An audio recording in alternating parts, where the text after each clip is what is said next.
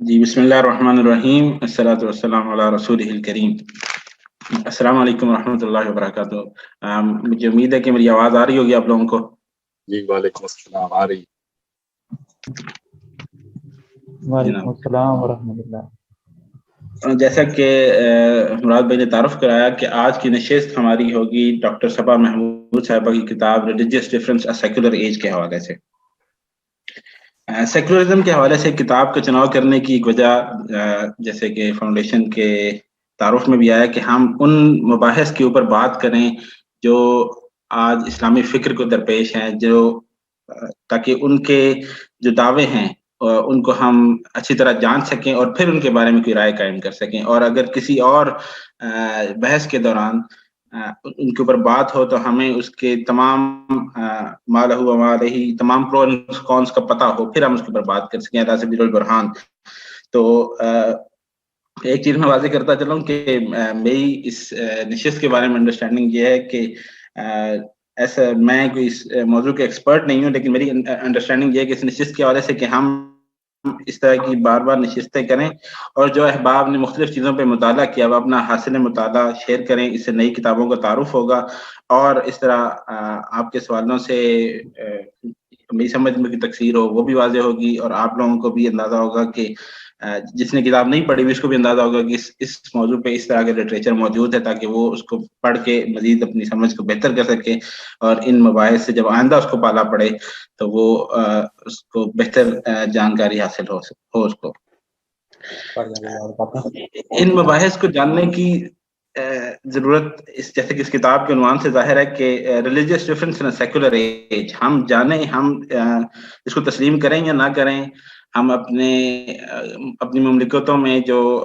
کچھ قوانین ہیں یا آئینی جو ایک فریم ورک ہے اس کی روشنی میں اگر یہ سمجھیں بھی کہ شاید ہم ایک اسلامی ملک میں رہ رہے ہیں، اور اس کی قانونی حیثیت سے بحث کیے بغیر یہ ہمیں تسلیم کرنا پڑے گا کہ ہم بہر صورت مجموعی طور پہ ایک سیکولر ایج کے اندر جی رہے ہیں۔ تو سیکولر نظریات نے کچھ ایسے تصورات کو دنیا میں پھیلایا ہے جو بہر صورت دنیا میں ایک شیوع اختیار کر چکے ہیں،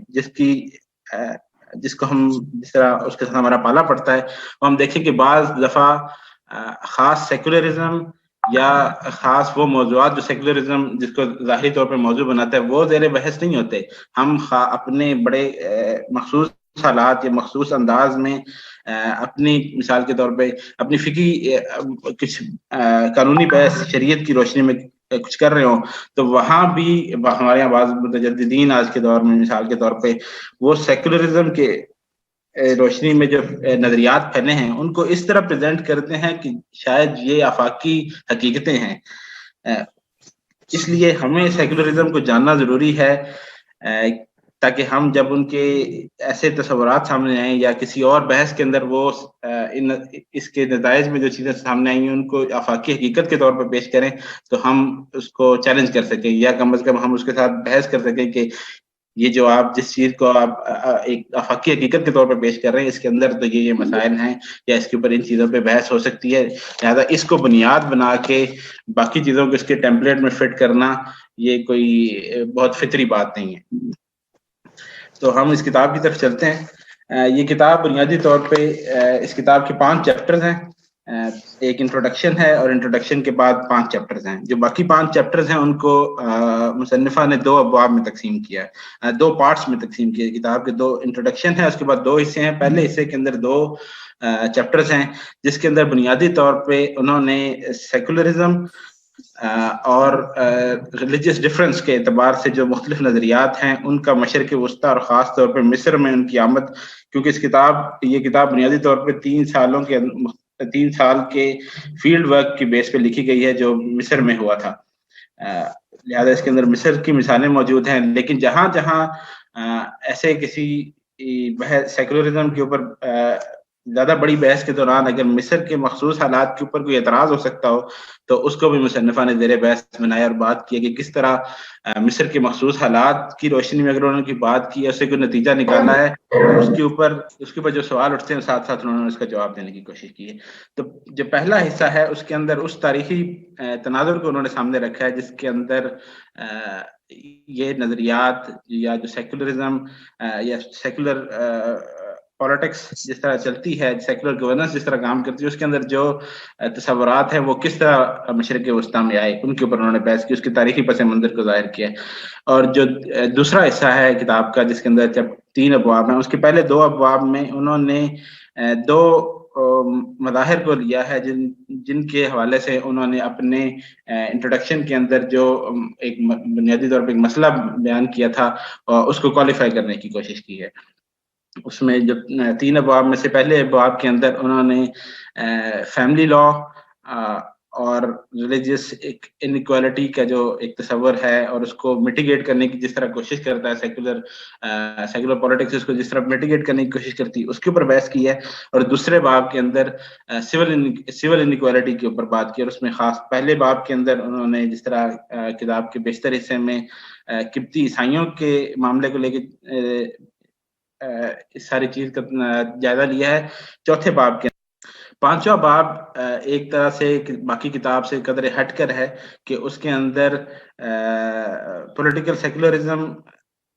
زیر بحث نہیں ہے، بلکہ اس کے اندر انہوں نے ادب کے حوالے سے ایک ناول جو مصر کے اندر لکھا گیا اس کو زیر بحث لائی ہیں، جو ایک اعتبار سے کتاب کے باقی ابواب سے قدرے مختلف ہے. لیکن اس کے اندر بھی انہوں نے نتیجہ جو اخذ کیا ہے اس کو انہوں نے اپنے بنیادی تھیسس کے ساتھ ریلیٹ کیا کہ کس طرح سیکولر انڈرسٹینڈنگ جو ہے چیزوں کی وہ ریلیجیس ڈفرینسز کو کم نہیں کرتی بلکہ ان کو بڑھاوا دیتی ہے. تو کتاب کے انٹروڈکشن کے اندر جیسے کہ میں نے پہلے کہا، انہوں نے ایک وہ پس منظر بتایا جس کے اندر انہوں نے اس ساری چیز کے اوپر بحث کرنا پڑی کہ آج جو موجودہ دور میں اور پچھلی 2 دہائیوں کے اندر خاص طور پہ مسلمان ذکر کرتی ہیں کہ مشرق وسطیٰ کے اندر مذہبی اختلافات یا مذہبی منافرت بڑھی ہے، وہ چاہے مصر کے اندر حالات ہوں، قبطی عیسائیوں کے ہوں، یا داعش وغیرہ کے ظہور کے بعد عراق کے اندر اور شام کے اندر عیسائیوں اور جو دوسری مذہبی اقلیتیں ہیں ان کے ساتھ جو معاملہ پیش آیا. بجائے اس کے کہ وہ اس معاملے کو محض مذہبی انتہا پسندی کے اوپر تھوپنے کے نظریے کو لے کے چلتی ہیں یا کسی اور چیز کو سامنے رکھتی، انہوں نے یہ دکھانے کی کوشش کی ہے کہ کس طرح یہ سارا ایک تاریخی تناظر ہے جس کے اندر یہ معاملہ ہو رہا ہے. اور ان کا جیسے کہ انہوں نے کتاب کے اندر شروع میں ہی واضح کر دیا کہ ان کا کہنا یہ ہے کہ ریلیجیس پولیٹیکل سیکولرزم جو ہے وہ اپنے اس دعوے کے برخلاف کہ وہ مذہبی اختلافات کو کم کرتا ہے، دراصل وہ مذہبی اختلاف کو بڑھاوا دیتا ہے اور اس کو وہ واضح کرتی ہے کہ کیسے ہوتا ہے. مصر اور باقی اکثر مشرق وسطیٰ جو تھا، یہ ظاہر ہے کہ 19ویں صدی سے پہلے عثمانی خلافت یا عثمانی سلطنت کا حصہ تھا. تو عثمانی سلطنت میں کیا حالات تھے اور اس کے بعد اس کے اندر کیا تبدیلیاں آئیں وہ اس کا ذکر کرتی ہیں، اور پھر بتاتی ہیں کہ جو نیا ایک تصور آیا جو سیکولر گورننس کا تصور تھا اس نے چیزوں کو کس طرح تبدیل کیا. سیکولر گورننس کے معاملے نے کس طرح تبدیل کیا وہ اس کی وضاحت اس طرح کرتی ہیں کہ سیکولرزم یہ کہتا ہے کہ مذہبی منافرت ہے، مذہبی اختلافات ہیں، ان کو اور مذہب کے بنیاد کے اوپر شہریوں کے اندر ایک عدم مساوات موجود ہے، اس کو ختم کرنے کی ضرورت ہے. اب اس کو ختم کرنے کے لیے ایسا نہیں ہے کہ اس نے مذہبی اختلافات دیکھے تو اس نے کہا کہ سیاسی نظم ایسا ہونا چاہیے کہ اس میں ریاست یا سیاسی نظم جو ہے وہ غیر جانبدار رہے اور ایک فاصلے پہ کھڑا ہو کے معاملات کو دیکھتا رہے. ایسا نہیں ہوا، بلکہ سیکولر جو پالیٹکس تھی اس نے فیصلہ کیا کہ صرف جانبدار ہو جانا کافی نہیں ہوگا، بلکہ یہاں اب جو انیکوالٹیز پائی جاتی ہیں، جو عدم مساوات پایا جاتا ہے، اس کو حل کرنے کی ضرورت ہے. اب جب اس کو اس نے حل کرنے کی طرف پیش قدمی کی تو ہوا یہ کہ وہ جو اس کا عدم مداخلت کا جو تصور تھا وہ پیچھے رہ گیا، اور نہ صرف یہ کہ اس نے اقلیت اور اکثریت دونوں کے اور لیکن خاص طور پہ اقلیت کے تشخص میں اپنا مختلف ہونا زیادہ واضح کر دیا،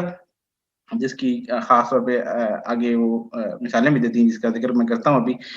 لیکن سب سے بڑھ کر یہ کہ اس نے اس سارے عمل کے دوران خود مذہب کی کنٹینٹ کو چھیڑنا شروع کر دیا. اس نے بتانا شروع کر دیا کہ کیا چیز مذہب، کہاں تک مذہب جائز ہے یا مذہب قابل برداشت ہے سیکولر نظم کے تحت، اور کہاں پر مذہب برداشت نہیں رہے گا. چنانچہ اس نے گویا کہ مذہب کی حدود کا تعین کرنا شروع کر دیا. تو چاہے اس کی جو بھی تعویل کی جائے, چاہے جو بھی کہا جائے جی کہ یہ ایک نظم کے ہوتے ہوئے اور فلاں فلاں مقصد کے حصول کے لیے ضروری تھا, لیکن بہر صورت یہ تسلیم کرنا پڑے گا کہ یہ اس کے اس بنیادی دعوے کے خلاف ہے کہ وہ مذہبی اختلاف یا مذہب کے معاملے میں غیر جانبدار ہے. کیونکہ ایسا ممکن ہی نہیں ہے کہ وہ بات ہی مذہبی اختلاف کی کرے, بات ہی مذہبی اختلاف اور اس کی وجہ سے پیدا ہونے والی عدم مساوات کی کرے, اور پھر اس سے عملاً اس کو ختم کرنے کی کوشش کرے, اور پھر اس سے غیر جانبدار بھی رہ پائے. تو یہ بنیادی تھیسس ہے مصنفہ کا, جس کو وہ مختلف مثالوں سے آگے جا کے واضح کرتے ہیں.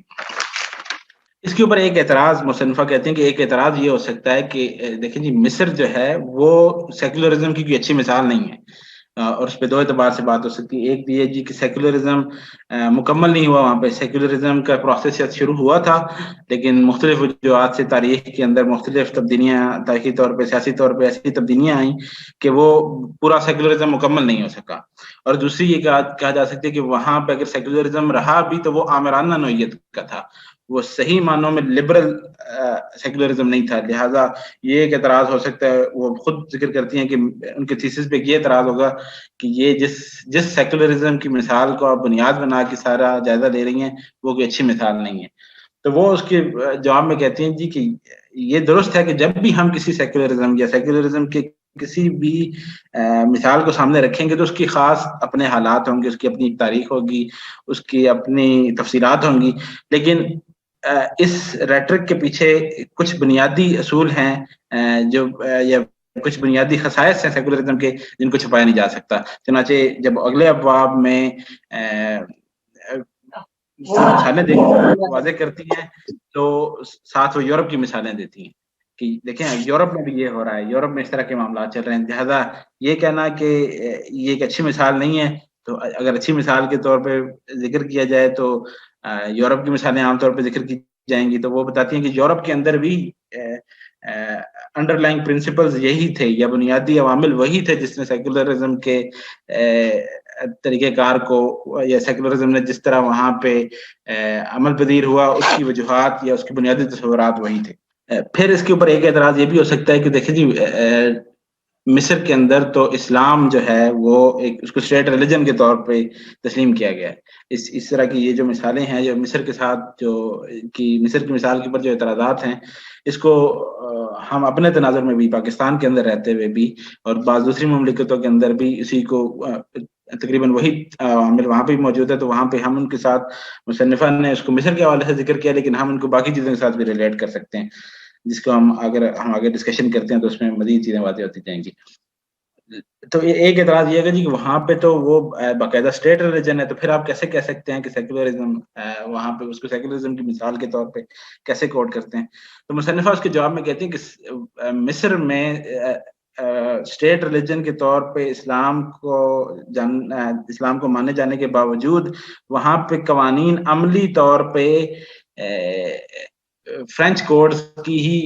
انہی کو اڈاپٹ کیا گیا ہے. زیادہ وہاں پہ جو اکثر قوانین ہیں ان کے اندر سوائے چند ایک جگہوں پہ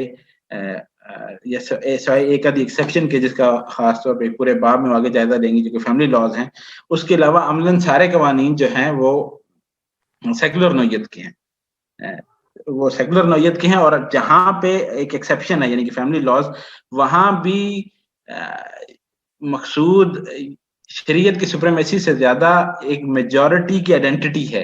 اور وہ بتاتی ہیں کہ کس طرح یہی چیز یورپ میں بھی ہوئی ہے. وہاں پہ اسلام نہیں ہے, وہاں پہ ایک اور مذہب ہے, اس کی ایک تاریخ ہے, لیکن وہ مثالیں دیکھ کے اور یورپین کورٹس کی مثالیں کوٹ کرتی ہیں کہ کس طرح وہاں بھی عملاً صورتحال وہی ہے, صرف ایک اسٹیٹ ریلیجن کے طور پہ اسلام کو جو ریکگنائز کیا گیا ہے مصر کے اندر, وہ ان کے پورے تھیسس کو کہ اس کو ایک سیکولرزم کی مثال کے طور پر لے کے چلنے کو اس کو کوسچنیبل نہیں بناتی.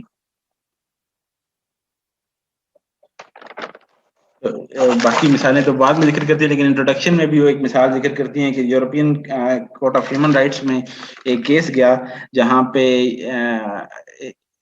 ایک شخص نے اٹلی کے اندر یہ دعویٰ کیا جی کہ اٹلی کے سکولز کے اندر جو سلیب لٹکائی جاتی ہے یہ سیکولرزم کے پرنسپلز کے خلاف ہے. لہذا جو اس میں حتمی فیصلہ تھا اس پہ مختلف فیصلے ہوئے، ایک آدھا اس بندے کے حق میں بھی فیصلہ ہوا، لیکن جو حتمی فیصلہ تھا، جو European court of human rights جو ہائیسٹ فورم تھا، اس نے جو فیصلہ کیا وہ یہی تھا کہ یہاں یورپ کے اندر صلیب جو ہے وہ ریلیجیس سمبل نہیں ہے، وہ محض ریلیجیس سمبل نہیں ہے، بلکہ وہ اس کی سب سے زیادہ اس کی اہمیت ایک کلچرل سمبل کی ہے، بلکہ اس کورٹ کی اس جو کورٹ کا فیصلہ تھا وہ بڑا دلچسپ ہے کہ اس کے اندر انہوں نے کہا جی کہ جو سیکولرزم ہے اس سے پہلے جو سیکولرزم آیا ہے اس سے پہلے جتنی بھی تبدیلیاں آئی ہیں 2000 سال میں، وہ ساری گویا کہ وہ جو جتنی بھی اچھی چیزیں ہوئی ہیں اس کے لیے ہم اس کرسچین ریولوشن کے مرہون منت ہیں، لہٰذا صلیب جو ہے وہ ہماری اس 2000 سال کی تہذیبی جدوجہد اور اس سب کی علامت ہے۔ الفاظ کا گورکھ دھندا اپنی جگہ پہ، لیکن ان کا بنیادی مقصد اس چیز کو کوٹ کرنے کا یہ ہے کہ وہاں بھی عملاً وہاں پہ جو مذہب وہاں پہ غالب اکثریت کا ہے اس کو اس کی ایک میجورٹی کی آئیڈینٹی کے طور پہ تسلیم کر لیا گیا، اور اس کے اوپر کوئی اعتراض جو کیا گیا اس کو زیادہ اہمیت نہیں دی گئی۔ لہذا اس طرح وہ واضح کرتی ہیں کہ ان کے جو تھیسس کے اوپر اعتراضات ہو سکتے ہیں وہ سیکولرزم کی کچھ جو آفاقی خصوصیات ہیں اس کو چھپا نہیں پاتے۔ اس کے بعد ہم چلتے ہیں کتاب کے جو پارٹ 1 ہے، اس کے اندر جو 2 چیپٹرز ہیں، اس کے اندر بنیادی طور پہ انہوں نے اس تاریخی عمل کا جائزہ لیا جس کے تحت وہ تصورات آئے ہیں جن مصر اور مشرق وسطیٰ، وسیع تر مشرق وسطیٰ کے اندر، جن کے حوالے سے آج سیکولر گورننس کے تحت یہ ساری مائنورٹی رائٹس کی بات ہوتی ہے۔ تو اس کے اندر وہ مثال دیتی ہیں، سب سے پہلے وہ ذکر کرتی ہیں کہ عثمانی دور میں، کیونکہ 1805 تک جب محمد علی کے دور تک عملاً مصر جو تھا وہ عثمانی سلطنت کا حصہ تھا، علامتی طور پہ تو 50-60 سال مزید رہا، لیکن عملاً 1805 سے وہ عثمانی سلطنت سے علیحدہ ہو گیا۔ تو اس دور تک، اور جو علاقے عثمانی سلطنت میں اس کے کچھ عرصے بعد تک حصہ رہے، وہاں پہ وہ ایک چیز واضح کرتی ہیں کہ وہاں پہ ان ایکوالٹی جس سینس میں یا عدم مساوات وہ ایک عام سی بات تھی یا ایک نارم تھی۔ یہ ہم اس پوری بحث کے اندر کچھ ہمیں ٹرمینالوجیز کا خیال رکھنا پڑے گا۔ جیسے میں نے شروع میں کہا کہ ہم بہر صورت ہم ان فکری مباحث کو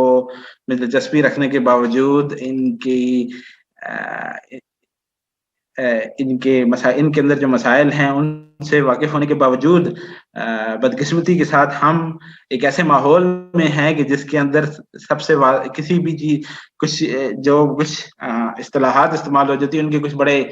واضح معنی ہوتے ہیں جس کی روشنی میں بات سننے والے فوراً ہی کوئی رائے قائم کر لیتے ہیں۔ جیسا یہ کہا جائے گا کہ وہاں پہ عدم مساوات تھی تو شاید فوری طور پہ اس کے بارے میں ایک منفی رائے ذہن میں آئے گی، اچھا عثمانی خلافت تھی، اس میں عدم مساوات تھی، تو فوراً ایک منفی رائے قائم ہو جائے گی۔ لیکن اس کے اوپر حتمی رائے قائم کرنے سے پہلے ہمیں دیکھنا پڑے گا کہ جو اس کا حل نکالا گیا تو اس نے کیا نتائج ظاہر کیے، وہی جو اس کتاب کا موضوع ہے وہ بتاتی ہیں کہ جو اس کا حل بنایا گیا، جو حل کیا گیا، وہ پہلے سے بھی بدتر حالات پیدا ہو گئے۔ بہر صورت وہ بتاتی ہیں کہ عثمانی دور کے اندر یا عثمانی خلافت کی خصوصیت تھی کہ اس میں مساوات قائم کرنے کا یا جو آج جدید دور کی سینس میں مساوات قائم کرنے کا دعویٰ ہی نہیں تھا، اس میں عدم مساوات تھی۔ اس کی وجہ وہ بتاتی ہیں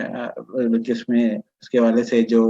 اسلام کا تصور ایک روایتی تصور ہے، اس کے حوالے سے ایک حدیث کا بھی حوالہ دے کے بتاتی ہیں کہ کس طرح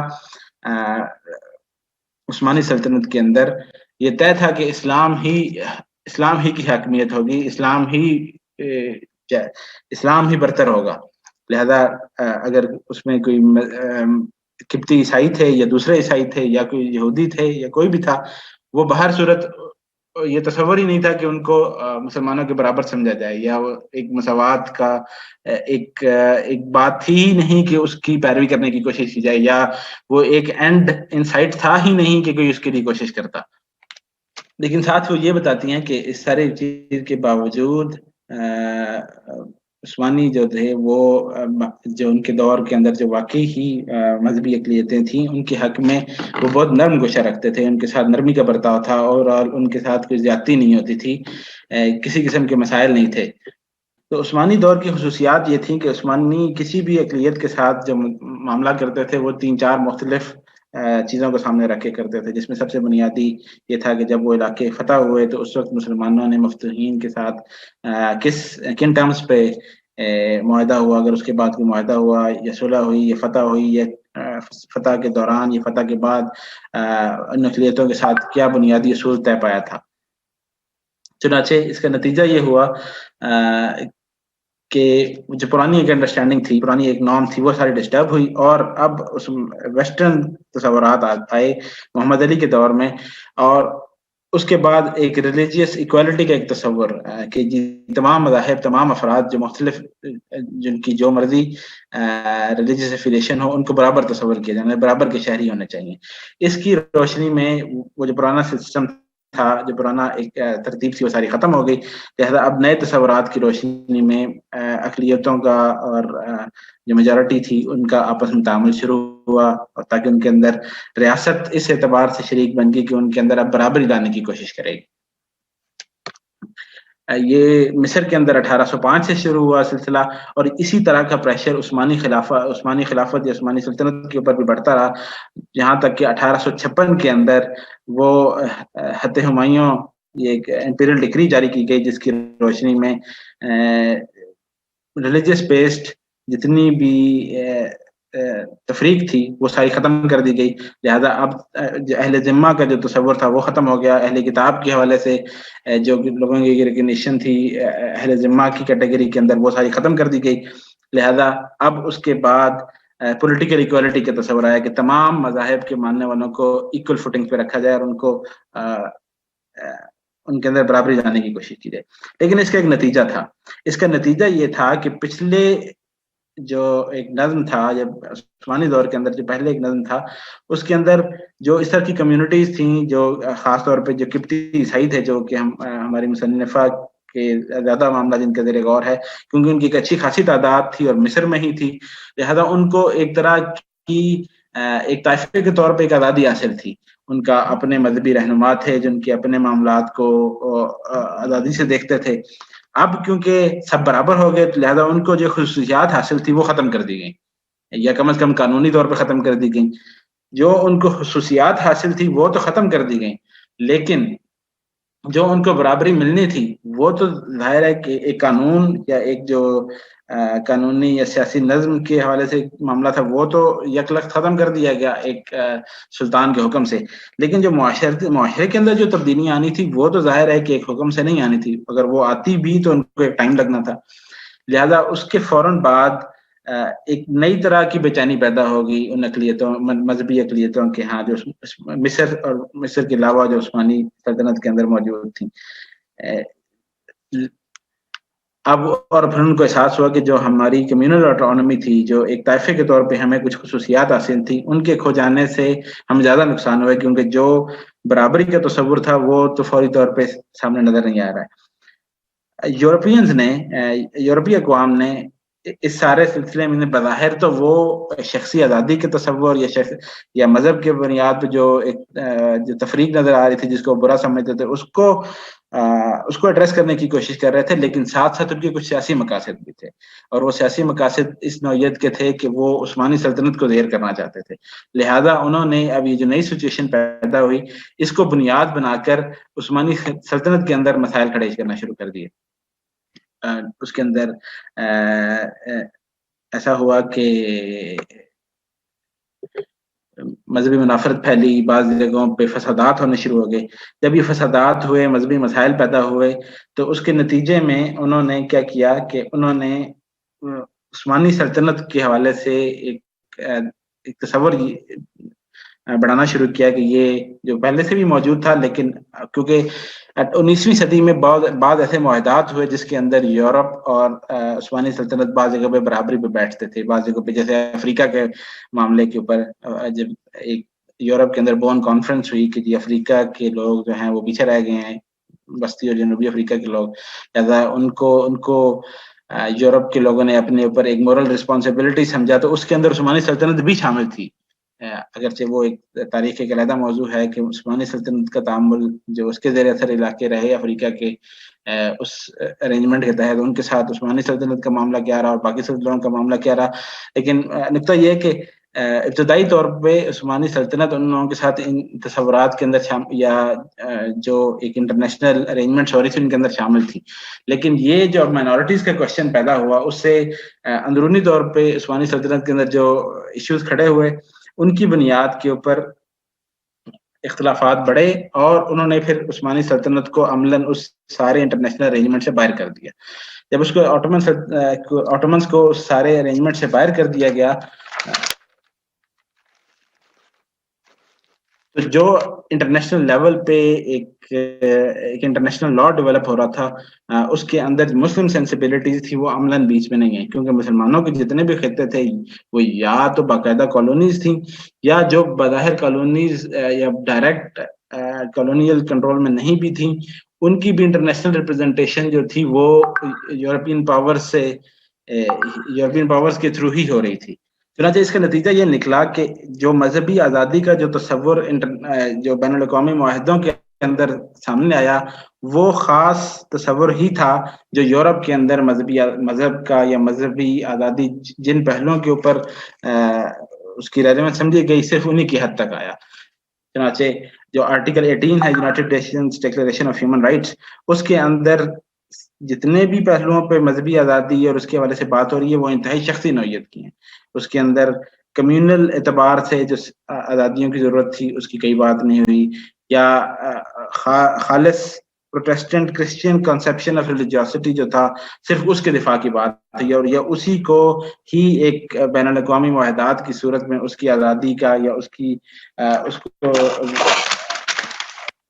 کی حفاظت کرنے کا ایک تصور جو تھا وہ انٹرنیشنل لا میں آیا.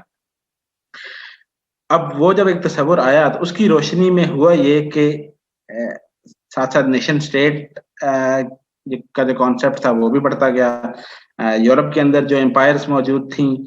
وہ بھی 20ویں صدی کے آغاز میں ڈیزالو ہو گئی، عثمانی سلطنت بھی ڈیزالو ہو گئی. اب نیشنلزم، نیشن اسٹیٹ، اور اس کے بعد نیشن اسٹیٹ کیونکہ جغرافیے کے اعتبار سے تھی تو اس کے اندر اب جغرافیے کے اندر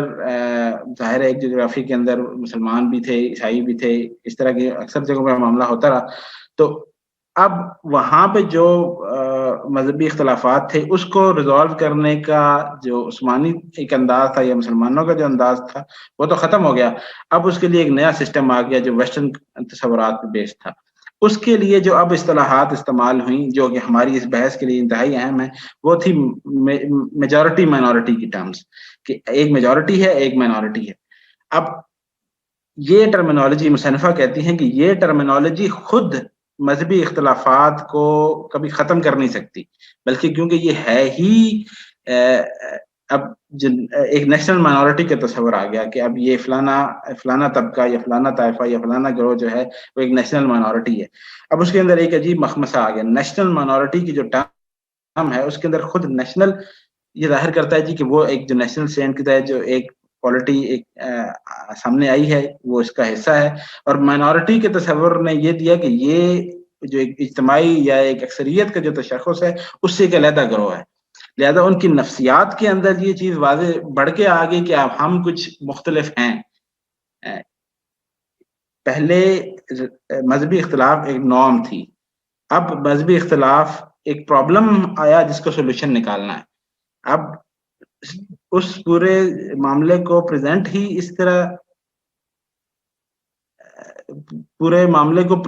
اس طرح کیا گیا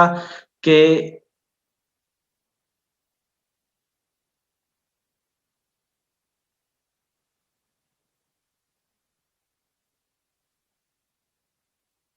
اس پورے معاملے کو پریزنٹ ہی اس طرح کیا گیا کہ اس کے جو اجزاء تھے وہ اس مذہبی تفریق یا اس مذہبی تفریق کے موجود ہونے کے تصور سے اپنے آپ کو آزاد نہیں کر پائے. یہ ایسے ہی مثال ہے کہ جیسے کمرے کے اندر مثال کے طور پہ اس کمرے میں بیٹھا ہوں، یہاں پہ ایک پنکھا پڑا ہے. اب ایک پنکھا پڑا ہوا ہے، یہ ایک نارم ہے، ایک پنکھا پڑا ہوا ہے اس کی وجہ سے کوئی میری روٹین ڈسٹرب نہیں ہو رہی کہ پنکھا پڑا ہوا ہے. لیکن اگر بار بار اس چیز کا ظاہر کیا جائے کہ ہاں اس کمرے میں ایک پنکھا پڑا ہوا ہے, اس کا خیال رکھنا ہے, اس پنکھا پڑا ہوا ٹوٹے نہ, پنکھا پڑا ہوا اس کو یہ نہ ہو, لہٰذا یہ ایک سائیکالوجی ڈیولپ ہوئی جس کی وجہ سے میجورٹی نے بھی سمجھنا شروع کر دیا کہ ہمارے درمیان کوئی ایسا ہے جو ہم سے مختلف ہے, اور مائنورٹی نے, اقلیت نے یہ سمجھنا شروع کر دیا جی کہ میں بے شک یہاں پہ رہتا ہوں لیکن میں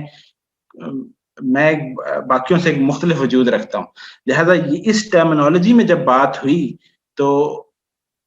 مذہبی اختلاف ختم ہونے کی بجائے وہ معاشرے کے اندر مزید سرایت کر گیا. ایک اقلیت کی شناخت میں خاص طور پہ ایک مسلسل روزانہ کی بنیاد کے اوپر اس کا یہ تشخص مزید واضح ہوتا گیا جی کہ وہ اقلیت ہے, وہ باقی لوگوں سے مختلف ہے. دوسرا معاملہ یہ کہ جب جو پرانے اختلافات چلے آ رہے تھے یا جو پرانی عدم مساوات کا ایک بیک لاگ تھا جس کو سالو کرنے کے لیے ویسٹرن کانسیپٹس کو انٹروڈیوس کیا گیا تھا, اس کی روشنی میں اب ویسٹرن جو سیکولر پالیٹکس تھی اس نے کہا جی کہ اب غیر جانبدار ہو کے بیٹھنا کافی نہیں ہے, اب اس کے اندر عملاً بالفعل اترنا پڑے گا تاکہ ان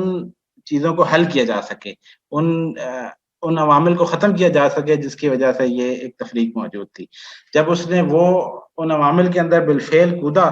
تو اس نے باقاعدہ مذہب کے کنٹینٹ کو چھیڑنا شروع کر دیا, جس کی مثالیں آج بھی ہم یورپ کے اندر ملتی ہیں. جیسے ابھی بالکل تازہ ترین جو بحث چل رہی آ رہی ہے, مختلف ممالک کے اندر نقاب کے اوپر بین ہے, اس طرح کی چیزوں کے اوپر بین ہے, تو وہ بنیادی طور پہ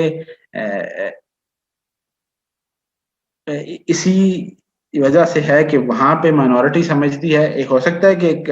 اور یہ عملاً ایک بحث موجود ہے کہ بہت سے مسلمان سمجھتے ہیں کہ نقاب فرض نہیں ہے, لیکن وہ کہتے ہیں جی کہ بے شک یہ فرض نہیں ہے, بے شک ایک بندہ سمجھتا ہے کہ نقاب فرض نہیں ہے, یا بے شک یہ ضروری نہیں ہے کہ مسجد کے اوپر مینار ہو, مینار کے بغیر بھی مسجد ہو سکتی ہے, لیکن ان کو کیا حق حاصل ہے کہ یہ ہماری اس چیز کو چھیڑیں. اسی طرح میجورٹی سمجھتی ہے کہ یہ مختلف لوگ ہیں, ان کو کوئی ایسا کام نہیں کرنے دینا جس کی وجہ سے یہ ایک علیحدہ تشخص برقرار رکھیں. اور اسی طرح کے مختلف, اور یہی گراؤنڈ تھی جس کو یورپین کورٹس نے مختلف جو حجاب کے حوالے سے مختلف کیسز جو یورپین کورٹ تک پہنچے ان کے اندر اپنے فیصلوں کی بنیاد بنایا. تو یہ وہ سائیکالوجی تھی جس کی وجہ سے مذہبی اختلافات ختم نہیں ہونے کا نام نہیں لیتے تھے, بلکہ وہ مزید بڑھے جا رہے تھے. دوسرا یہ کہ اس سارے پروسیس کے اندر کچھ نئی مائنورٹیز تخلیق کی گئیں, وہ کچھ ایسی نئی اقلیتیں پیدا کی گئیں جو پہلے نہیں تھی. مثال کے طور پہ جو عثمانی خلافت کا یا عثمانی سلطنت کے اندر مصر, موجودہ شام اور لبنان کے علاقے میں بہت سے ایسے گروہ موجود ہیں جو عثمانی دور میں بھی موجود تھے, لیکن ان کی ایک علیحدہ اقلیت کا تشخص نہیں تھا. مثال کے طور پہ جس میں اہل تشیع ہیں یا علوی ہیں یا دروز ہیں, یہ سارے گروپ پہلے سے بھی موجود تھے, لیکن ان کو ایک علیحدہ تشخص ان کا موجود نہیں تھا. اب کیونکہ ایک نیشن اسٹیٹ بن گئی, اب شام ایک نیشن اسٹیٹ بن گئی, مینڈیٹ پیریڈ کے دوران جب عثمانی خلافت کو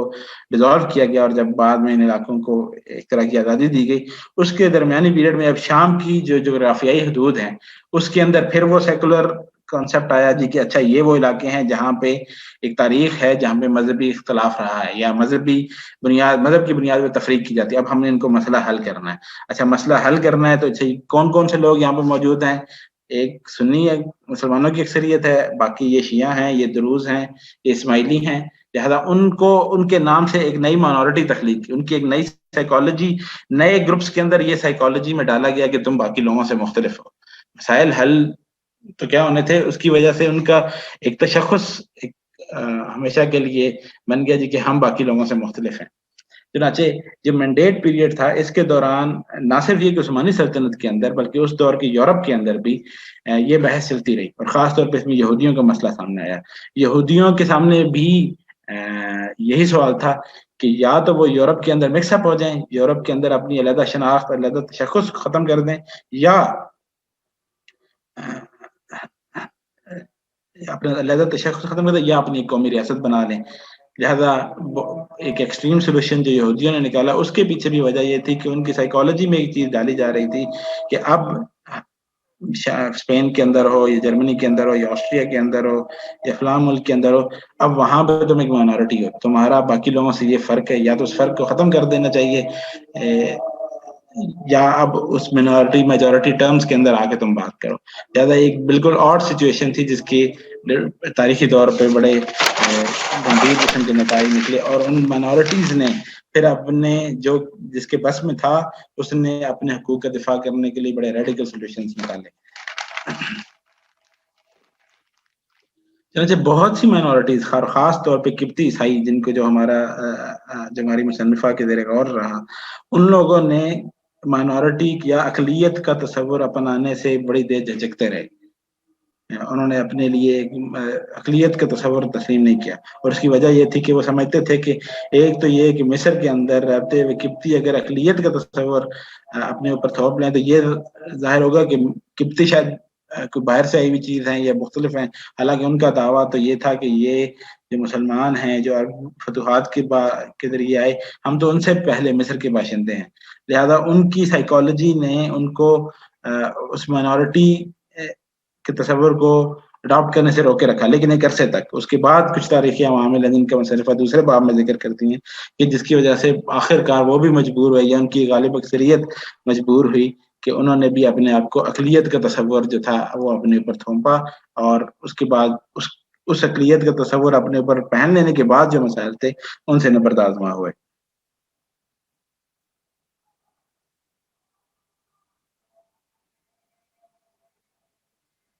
چنانچہ مصنفہ اس بات کو ختم کرتی ہیں اس بات پہ کہ جو نیشن سٹیٹ ہے وہ کسی اقلیت سے یہ مطالبہ کرتی ہے کہ وہ اپنی شناخت کو کسی حد تک کمپرومائز کرے، یا وہ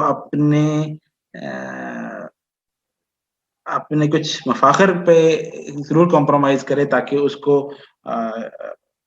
تاکہ ریاست بیچ میں انٹروین کر سکے اور اس کو برابر کے حقوق دلوانے کی کوشش کرے. اس کی سائیکالوجی میں یہ چیز پہلے ڈالے کہ بھائی تم تھوڑے مختلف ہو، تمہارے ساتھ زیادتی ہوتی ہے، اب ہم آ کے آپ کے مسئلہ حل کرنے کی کوشش کریں گے. چنانچہ اسی تناظر میں وہ دوسرے باب کے اندر ان مصر کی خاص طور پہ آئینی تاریخ کے ان مراحل کا ذکر کرتی ہیں جہاں پہ یہ مائنورٹی کوسچن آیا زیر غور قبطی مسیحیوں کے سامنے. خاص طور پہ اس میں پہلا فیز وہ ذکر کرتی ہیں کہ 1922 میں جو ایک اعتبار سے مصر کو آزادی ملی، لیکن اس سے پہلے عملاً آئین کی ترتیب کا جو سلسلہ تھا وہ 1911 سے شروع ہو چکا تھا. لہذا وہ 1911 کے بعد سے ایک عام ڈسکشن تھی جو کہ مصر میں پائی جاتی تھی کہ کس طرح اب جو ایک نیا دور آ گیا ہے اس کے اندر قبطیوں کے مسائل کا حل کس طرح تلاش کیا جائے گا. چنانچہ اس کے اندر مختلف حل تجویز کیے گئے. ایک حل یہ تھا کہ جی ان کو ان کی آبادی کے تناسب سے ریپرزنٹیشن دے دی جائے، جو کہ ہمارے یہاں بھی ہوتا رہا. اب اس کا مطلب یہ تھا کہ اس کا مطلب ہی وہی تھا کہ یہ ایک تمام سٹیزن کی طرح ایکول نہیں ہے، تمام شہریوں کی طرح برابر نہیں ہے کہ سب کے ساتھ برابر آ کے کمپیٹ کریں. جب ان کے ایک کوٹا علیحدہ سے کر دیا گیا تو خود سیکولر اسٹیٹ کا یہ دعویٰ کہ اس کے شہریوں کو تمام برابر کے حقوق حاصل ہیں وہ کوشچنیبل ہو گیا. ٹھیک ہے. پھر دوسرا سوال ایک یہ تھا کہ جس کو ختم واقعی جس طرح سیکولرزم کہتا ہے اس طرح کر دیا جائے کہ نہ دیے جائیں کوئی حقوق. تو پھر سوال پیدا ہوا کہ جو پچھلے عدم مساوات چلی آ رہی ہے اب یہ تو سامنے نہیں آ سکیں گے. لہذا اس ٹرمینالوجی میں جب بات ہونا شروع ہوئی تو وہ جو اقلیت کا تشخص تھا، اقلیت ہونے کا خیال تھا، وہ مزید راسخ ہوتا گیا ایک ایک لمحے پہ، ایک ایک قانونی پہلو پہ. بلکہ اس سے بڑھ کے اگلی مثالوں میں آئے گا کہ ایک ایک روزمرہ کی زندگی میں انہیں اپنے علیحدہ ہونے کا احساس جو تھا وہ مزید واضح ہوتا گیا. لہٰذا وہ جو برابری آنی تھی یا ایک تصور اگر اوور ٹائم بھی پیدا ہونا تھا کہ شاید کہ ہم برابر ہیں، ہم میں اور ان میں اختلاف نہیں ہے، یا ہم میں اور اکثریت میں کوئی فرق نہیں ہے، وہ نہیں ہو سکا.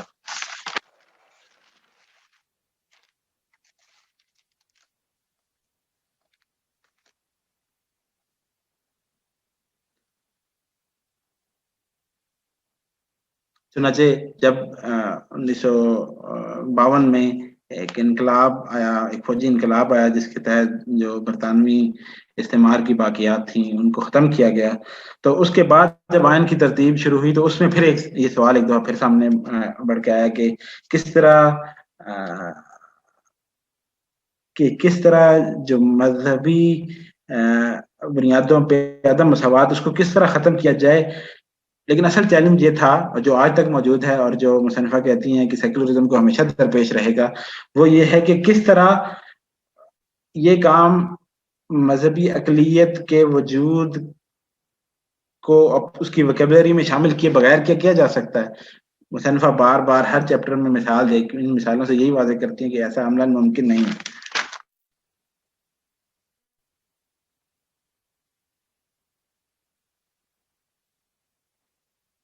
چنانچہ اس اعتبار سے وہ خاص طور پہ اس دور کے بعض مسلمان جو سیکولر تھے یا جو قبطی تھے جو سیکولر تھے ان کے نظریات اور ان کے خیالات کو سامنے لاتی ہیں. جی کس طرح وہ خود اس گمبھیر اس مخمسے میں پڑے رہے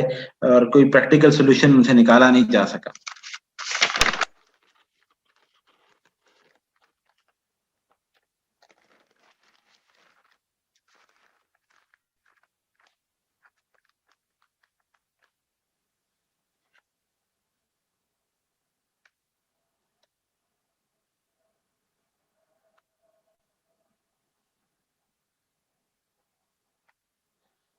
لیکن وہ پھر بعد میں بتاتی ہیں کہ اگرچہ سارے تناظر کے اندر جو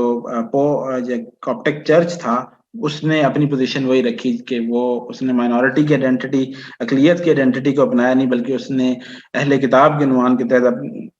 اپنے اوپر اپنائے رکھا. اگرچہ وہ اہل ذمہ والا تصور تو اب نئے تصورات کے تحت ممکن نہیں تھا، لیکن انہوں نے اپنی شناخت ایک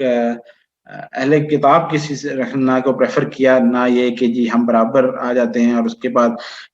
اگر جیسے عملاً فرق نہ پڑا لیکن ان کی سائیکالوجی کا اظہار تھا کہ خود کو اقلیت منوانا اپنے آپ کے جداگاہ اپنے آپ کو اپنے مختلف ہونے کا مسلسل اظہار ہوگا. لہذا اسی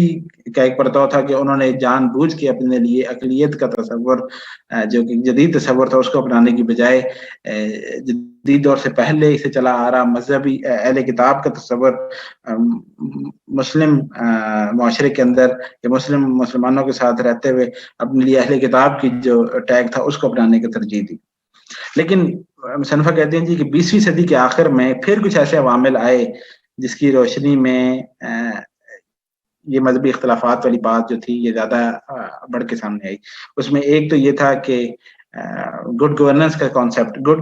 کانسیپٹ جو تھا اس کو ڈائریکٹلی ریلیٹ کر دیا گیا ریلیجیس ایکوالٹیز یا ریلیجیس انیکوالٹی کو ختم کرنے کے ساتھ. چنانچہ مصر کو ضرورت بھی تھی کہ امریکی اور دوسرے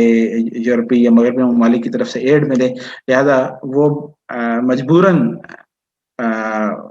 وہ اپنے آپ کو یا اپنا جو قانونی قبطیوں کا قانونی معاملات اس کو مائنورٹی میجورٹی ٹرمز میں ایکوالٹی ان ایکوالٹی کی ٹرمز میں ڈیفائن کرنے پہ مجبور ہوتے کہ اس ایڈ لینے کی خاطر. دوسرا یہ تھا کہ کچھ مشنری جو کہ 1940 کی دہائی میں کافی حد تک کم ہو گئے تھے ان کا ایک دفعہ پھر ظہور ہوا 1980 اور 90 کی دہائی میں. اور ساتھ امریکہ میں 1998 میں انٹرنیشنل ریلیجیس فریڈم ایکٹ ایک منظور کیا گیا جس میں امریکہ کے اوپر امریکہ نے خود سے جس طرح باقی معاملات میں ہوتا ہے اپنے اوپر ایک ذمہ داری یہ عائد کی جی کہ اس نے دنیا بھر میں ریلیجیس فریڈم کو اپنے خاص تناظر میں اپنے خاص معنوں میں ریلیجیس فریڈم کو بڑھانا ہے. چنانچہ ایسی این جی اوز بنی جو مصر کے اندر جنہوں نے اقلیتوں کے یعنی کہ قبطیوں کے ایک سوال کو مائنورٹی کے ٹرمز میں پھر ہائی لائٹ کرنا شروع کیا، جس کی روشنی میں اب قبطیوں کے اوپر کاپٹک چرچ کی جھجک کے باوجود ان کے اوپر یہ اقلیت کا جو ٹیگ تھا یہ ان کے اوپر مزید شدت کے ساتھ ان کے اوپر لگایا جانے لگا. تیسرے باب کے اندر کتاب کے دوسرے حصے اور تیسرے کے پہلے باب یعنی کتاب کے تیسرے چیپٹر کے اندر وہ ایک اس تناظر کا جائزہ لیتی ہیں جس کے اندر جینڈر انیکوالٹی کا جو تصور ہے اس کی روشنی میں مائنورٹی میجورٹی کے کانسیپٹ کو زیر غور لاتی ہیں. اب ہوا یہ کہ ایک سیکولر دور، ایک سیکولر ٹرمینالوجی میں جب ہم بات کی تو ہم نے اسٹیٹ چرچ کی ڈویژن، چرچ اور اسٹیٹ کے ڈومینز علیحدہ کر دی. چرچ اور اسٹیٹ کی جب ڈومین علیحدہ ہوئی تو چرچ یعنی کہ ریلیجن کا جو ڈومین طے ہوئی وہ تھی پرائیویٹ ڈومین. اب پرائیویٹ ڈومین مذہب کے لیے مختص کر دی گئی. پرائیویٹ ڈومین میں اگر کوئی اور چیز آتی تھی تو فرد کے ساتھ فیملی آتی تھی. چنانچہ اب کسی بھی مذہبی تشخص، چاہے وہ اکثریت کا ہو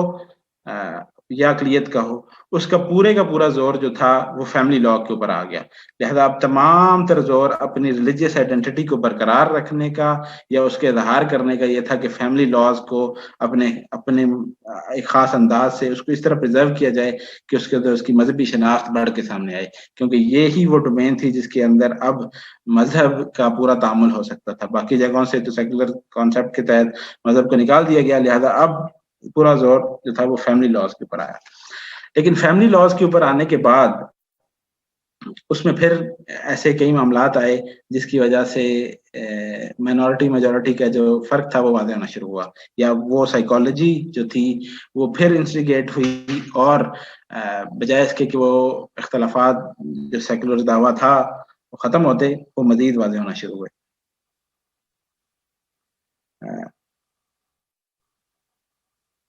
ایک تو سب سے پہلے کام تو یہ کیا گیا کہ شریعت جو کہ اوور آل ایک تھی،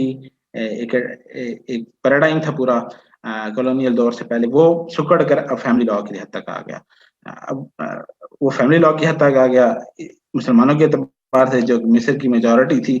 اسی کے ساتھ ساتھ پھر کاپٹکس نے، قبطیوں نے بھی یہ کرنا شروع کیا کہ انہوں نے بھی اپنے مذہبی تشخص کے اظہار کے لیے فیملی لاز کو اپنایا. چنانچہ یہ جو ایک ریئیکشنری قسم کی یا ایک سائیکالوجی تھی، اس کا نتیجہ یہ نکلا کہ انہوں نے خود کچھ ایسی تبدیلیاں کی اپنے ریلیجیس لا یا اپنے فیملی لاز میں جو کہ اس ریئیکشنری سائیکالوجی پہ ہی بیس تھی. اور مصنفہ بتاتی ہیں اس حوالے سے مختلف تحقیقات کا ذکر کرتی ہیں کہ کئی صدیوں تک، مثال کے طور پہ ایک کسی بھی قبطی کو، کسی مرد یا عورت کو اپنی شادی کو توڑنے کا یا طلاق لینے کا یا طلاق دینے کا، شادی کو سپریشن کے کئی مختلف ذرائع تھے. کسی بھی اور وجہ سے بھی کئی وجوہات تھیں جن کی بنیاد پہ سپریشن ہو سکتی تھی. لیکن اب کیونکہ اس کا اپنا مذہبی تشخص اظہار کرنے کی گراؤنڈ بڑی محدود ہو کے صرف فیملی لاز ہی رہ گئی، لہذا اب چرچ نے کہا جی، چرچ نے اپنے جو تعلیمات تھی اس کو ایک اعتبار سے ریوائز کیا، اور اس کے بعد یہ اب تصور آ گیا کہ قبطی عیسائی جو ہے اس کی میرج، اس کی شادی ٹوٹتی تب ہے، وہ میرج اور سیپریشن کی صرف دو ہی صورتیں ہیں. ایک تو یہ کہ شادی میں کے بندھن میں بندھے ہوئے جو دو افراد ہیں ان میں سے کوئی بدکاری کا مرتکب ہو، اور دوسرا یہ کہ ان میں سے کوئی اپنا مذہب تبدیل کر لے. اب یہ ایک سائیکالوجی تھی کہ جو اب مائنورٹی اپنے، یہ اس کے اندر بائبل کے حوالے بھی دیے جاتے ہیں. پوائنٹ یہ کہ وہ اپنے ٹھیٹ کچھ مذہبی چیزوں کے اوپر پکے ہو کے انہوں نے اپنے آپ کو، اس کو اپنی مذہبی تشخص کو اجاگر کرنے کے لیے اپنایا. ساتھ مصنفہ بتاتی ہیں کہ یہ صرف مصر میں ہوا. قبطی چرچ جو ظاہر ہے کہ کچھ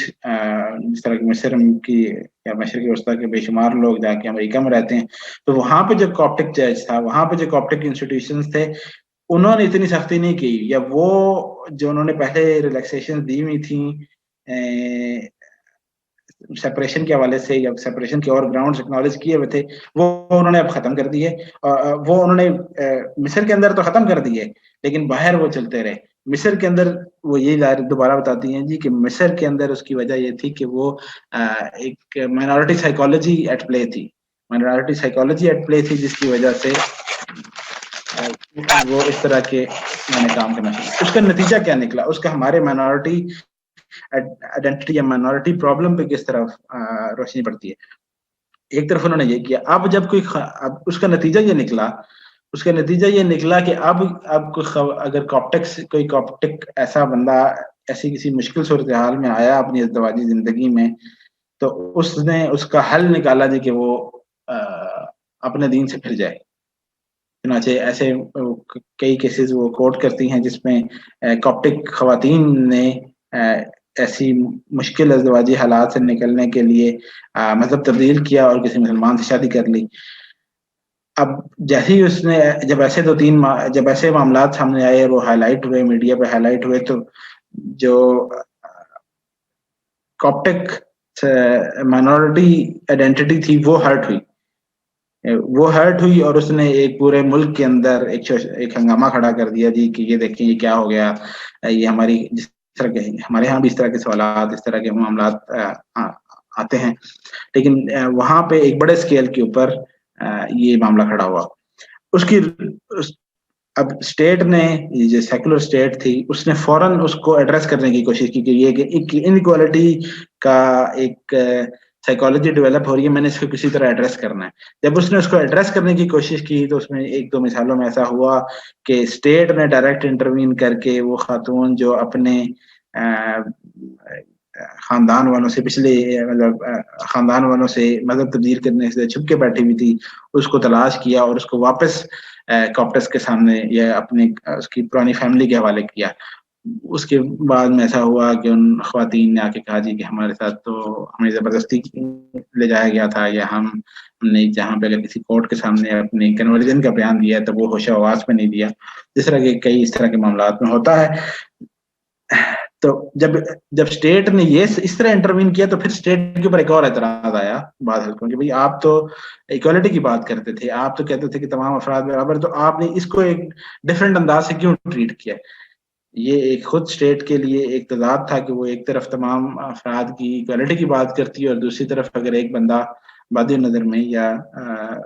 بظاہر جتنے بھی عوامل ان کی روشنی میں معلوم ہو رہا ہے کہ اس نے اپنی اس شخصی آزادی کا اظہار کیا ہے یا اس شخصی آزادی کو استعمال کیا ہے, تو اس کے اوپر اسٹیٹ کو اس طرح ریئیکٹ کرنے کی ضرورت کیا ہے. اس کی وجہ یہ کہ اسٹیٹ خود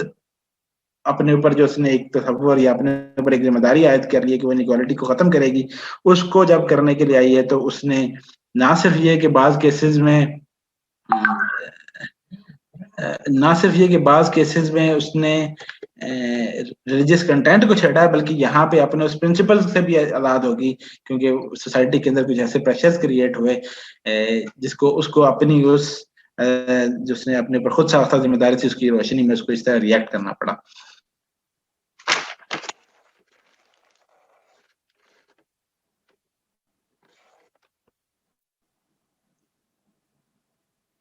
اسی طرح کا ایک دلچسپ ایک معاملہ اس طرح کہ بعض اوقات کاپٹک جو مرد حضرات تھے ان کو بھی ایسے ہی معاملہ کرنا پڑا, لہٰذا وہ بھی انہوں نے کہا جی کہ ہم کنورٹ ہو گئے ہیں, وہ کنورٹ ہوئے, مسلمان ہوئے, لہٰذا پچھلی جس شادی سے وہ خوش نہیں تھے اس کے بندھن سے آزاد ہوئے. جب وہ آزاد ہو گئے تو اس کے بعد وہ واپس انہوں نے کہا جی کہ اب ہم کنورٹ ہوں گے کاپٹک عقیدے کے اوپر. جب اس کے اوپر واپس جانے لگے تو اسٹیٹ کو ایک پرابلم, اسٹیٹ کے لیے ایک ریلیکٹنس آ گئی. اسٹیٹ کی طرف سے اسٹیٹ کے لیے ریلیکٹنس یہ آئی کہ اگرچہ اس نے ارتداد کے حوالے سے اسلامی قوانین کو اپنایا نہیں ہوا, مصر کے اندر قوانین ارتداد کی کوئی سزا کا تعین نہیں کرتے, لیکن مصر کے اندر معاشرے کے اندر ایک اسلامی معاشرہ ہے اور اس کے اندر وہ بہت سے لوگ شیٹ اسلامی بنیادوں پہ تصورات پہ قائم ہیں, لہٰذا وہ اسی مرتد کو اپنے درمیان پائیں تو ایک اور معاشرے کے اندر ایک اور ہنگامہ کھڑا ہونے کا ایک خطرہ پیدا ہو جاتا ہے. لہٰذا یہ وہ لوگ جس کو کاپٹکس نے اپنے ٹائم میں عائدین کہا کہ مطلب وہ واپس آ رہے ہیں کہ انہوں نے کاپٹک کریڈ کو چھوڑا, کاپٹک عقیدے کو چھوڑا اور اب واپس آ رہے ہیں, جب ان کا معاملہ ہوا تو پھر اسٹیٹ کو ایک ریلیکٹنس اس طرح ہوا, لیکن اس کو بھی بہرحال اس نے فائنلی اس کو ان کے حق کو تسلیم کر لیا گیا. لیکن اس سارے ریلیکٹنس میں اور اس سارے پروسیس میں جو اس کے حق کو تسلیم کیا گیا وہ بھی کاپٹک چرچ کی انٹرونشن کی وجہ سے کیا گیا. تو مصنفہ ہائی لائٹ کرتی ہیں کہ نہ فرد کی آزادی کا معاملہ, یہ سارے معاملات کے اوپر اسٹیٹ ریئیکٹ کر رہی ہے, وہ نہ وہ شخصی آزادی کو صحیح معنوں میں ڈیفینڈ کر رہی ہے,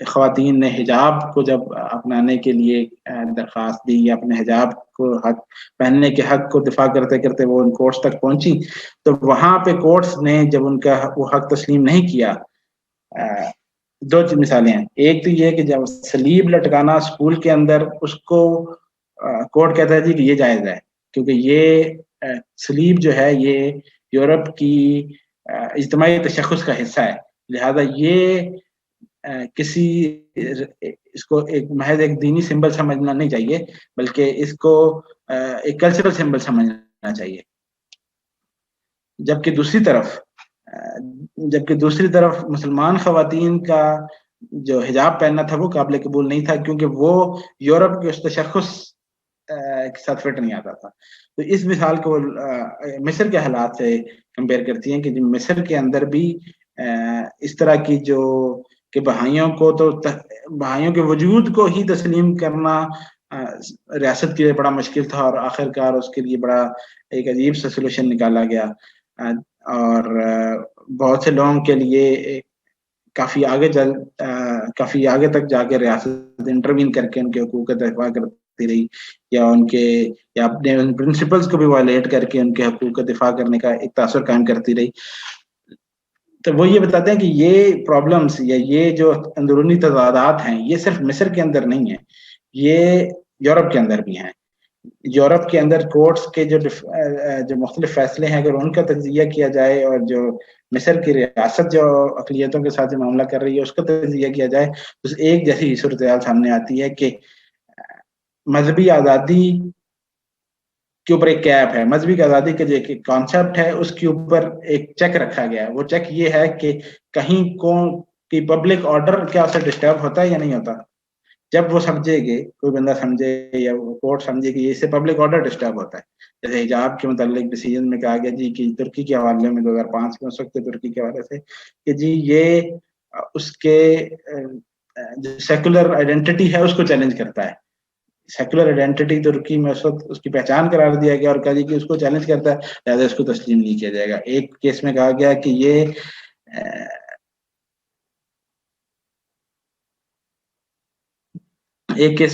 جی کہ یہ یہاں پہ حجاب جو ہے یہ ایک قسم کی پریچنگ ہے، اس کو تسلیم نہیں کیا گیا. جبکہ دوسری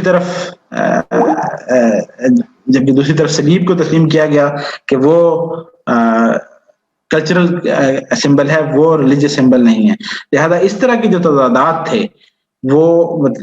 مصنفہ ہائی لائٹ کرتی ہیں کہ وہ صرف مصر سے متعلقہ نہیں ہے، بلکہ وہ یورپ سے بھی متعلقہ ہے. آخری باب ہے 5واں باب، جو کہ باقی کتاب سے قدر مختلف ہے، کہ اس کے اندر وہ پولیٹیکل سیکولرزم یا اس کے جو مظاہر ہیں ان کی بات نہیں کرتی، بلکہ وہ ادب اور تاریخ کے حوالے سے جو سیکولر ایک تعامل ہے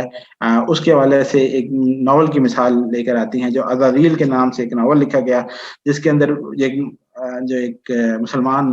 جو کہ اگرچہ وہ اپنے آپ کو ایک سیکولر کے اعتبار سے شناخت کرتے ہیں، لیکن ایک مسلمان تھے، ایک مسلمان صاحب تھے، ایک مسلمان ادیب نے ناول لکھا، لیکن اس ناول کا مرکز، اس کی بنیاد یا اس کا جو مضمون تھا وہ کاپٹک کرسچینٹی یا کاپٹک چرچ کی تاریخ تھی. لہذا اس کے اندر مسیح کہ انسانی اور الہی وجود کی بحث اور اس سارے چیز کے اوپر بات کرتے ہوئے وہ سیکولر انداز سے جب معاملات چیزوں کو انالائز کرتے ہیں تو اس کی روشنی میں کاپس تو ریئیکٹ کرتے ہیں، مسلمان ریئیکٹ نہیں کرتے. اور وہ مصنفہ ہائی لائٹ کرتی ہیں کہ اگر یہی معاملہ، اگر اسی طرح کا انالیسز یا اسی طرح کی کوئی چیز، اور یہ کاپٹکس نے بھی جنہوں نے اعتراض کیا ناول کے اوپر، انہوں نے بھی کہا کہ اگر اسی طرح کی چیز مسلمانوں کے حوالے سے دیکھی جاتی تو مسلمان بھی ریئیکٹ کرتے. بہرحال وہ ایک کتاب کے مضمون سے یا باقی مضمون سے قدرے ہٹ کے ہے، اور گویا اس کی نوعیت ایسی ہے کہ فیلڈ ورک کے دوران انہیں ایک اور موضوع ایسا ملا جو سیکولر تصورات سے کسی انداز میں میل کھاتا تھا، لہذا انہوں نے جس کو بھی کتاب کا حصہ بنا دیا، لیکن جو اوور آل کتاب کا فلو ہے وہ اس سے قدرے ہٹ کے ہے. لہذا اس کے اوپر ہم وقت کے حساب سے شاید بات نہ بھی کریں تو معاملہ تو ہم کتاب کی مجموعی تعارف میں کامیاب ہو جائیں گے کہ اور آخر میں ایپیلوگ ہے، اس کے اندر وہ پھر اپنی ساری چیزوں کو سمرائز کرتی ہیں اور بتاتی ہیں جی کہ سیکولرزم کے خاص جگہوں پہ مظاہر، اس کی خاص تاریخ اور سب کے باوجود سیکولرزم کے اندر کچھ اندرونی سٹرکچر کے اندر کچھ ایسی چیزیں ہیں جو مائنورٹی پرابلم کو سالو کبھی بھی نہیں کر سکتا، کیونکہ سیکولرزم کی ضرورت یا سیکولرزم کا وعدہ ہی یہ ہے کہ وہ جو پہلے مذہبی اختلافات ہیں وہ ان کو ختم کرنے کے لیے آیا ہے، لہذا اس نے پریزیوم کیا ہوا ہے کہ یہ مذہبی عدم مساوات موجود ہے، وہ اس کو ختم کرنے کے لیے آیا، جب اس ختم کرنے کے لیے آیا تو اس کے اندر بالفعل شریک ہو جاتا ہے، جب بالفعل شریک ہو جاتا ہے تو دو کام کرتا ہے، ایک تو اقلیت کے اندر اقلیت ہونے کا تشخص، اقلیت ہونے کی نفسیات کو وہ بڑھاوا دیتا ہے، اس کو مسلسل احساس ہوتا رہتا ہے کہ ہم اقلیت ہیں، ٹھیک، اور دوسرا یہ کہ اس پروسیس کے اندر وہ ایگزیکٹ ریلیجیس کنٹینٹ کو بھی ڈسٹرب کرتا ہے، اس کے اس دعوے یا اس کے اس وعدے کی وجہ سے یا اس کے ریلیجیس مذہبی اختلافات کو اس انداز سے ڈیل کرنا ہے کہ وہ اس کو اس کی وجہ سے وہ ایسے ریئیکشنز کو جنم دیتا ہے، وہ ایسے ریئیکشنز کو جنم دیتا ہے کہ جس کی وجہ سے ریلیجیس کنٹینٹ ڈسٹرب ہوتا ہے۔ بہت سے جو مثالیں دی انہوں نے خاص طور پہ فیملی لاز کی، اس میں بظاہر جو خود سے کاپٹکس نے اپنے تصورات میں یا اپنے فیملی لا میں جو تبدیلیاں لائی تھیں وہ بظاہر خود سے لائی تھیں، لیکن اس کی وجہ یہ تھی کہ اب مذہب کے تشخص کو اظہار کرنے کے لیے اس کے پاس وہی ایک میدان رہ گیا تھا، لہذا جب اس نے اس کے اندر تعامل کیا، جب اس نے اس کے اندر اپنے اظہار کی کوشش کی تو اس سے نئے مسائل نے جنم دیا، جس سے مذہبی منافرت یا مذہبی اختلافات کم نہیں ہوئے بلکہ مزید بڑھ گئے۔ اور مصنفہ نے یورپ کی مثالوں کے ساتھ کمپیئر کر کے بتایا کہ یہ بہر صورت رہے گا، یہ چاہے مصر ہو یا یورپ ہو یا جس زمانے میں کتاب لکھی گئی، کیونکہ کتاب کے اندر یورپ کے علاوہ اور مغربی مثالیں نہیں دی گئی، اور مغربی مثال سے مراد یہ کہ امریکہ کی مثال کے طور پہ نہیں ہے، تو اس کے اوپر یہ کہا جا سکتا ہے جی کہ یورپ کا ایک خاص بیک گراؤنڈ تھا، تو اب یورپ کا تو ایک خاص بیک گراؤنڈ تھا، لیکن اب کچھ تصورات جو خود امریکہ کے اندر اس طرح پروان چڑھے کہ وہاں پہ وہ جس طرح پنپ کے سامنے آئے، اب جو زیادہ ترین بحث چل رہی ہے جینڈر آئیڈینٹی کے حوالے سے، اور جب نیا قانون آ رہا ہے تو یقیناً اسی طرح کے مسائل وہاں بھی جنم لینے جا رہے ہیں۔ تو یہ سیکولرزم کی اصل میں شامل ہے کہ وہ جس طرح پرابلمز کو حل کرنا چاہتا ہے اس سے پرابلمز حل نہیں ہوتے بلکہ وہ مزید بڑھ جاتے ہیں۔ یہی میری طرف سے تھا، اپنی فہم کے تمام تر قصور کے باوجود میں نے کوشش کی کہ جو میری سمجھ میں آئی تھی کتاب کے مندرجات وہ آپ کے سامنے رکھوں، تو اس حوالے سے اگر کسی جگہ پہ کوئی چیز کمی رہ گئی ہو تو مجھے بتائیے تاکہ میں آپ سے اگر کوشش کر سکوں کہ اس کو مزید واضح کیا جا سکے۔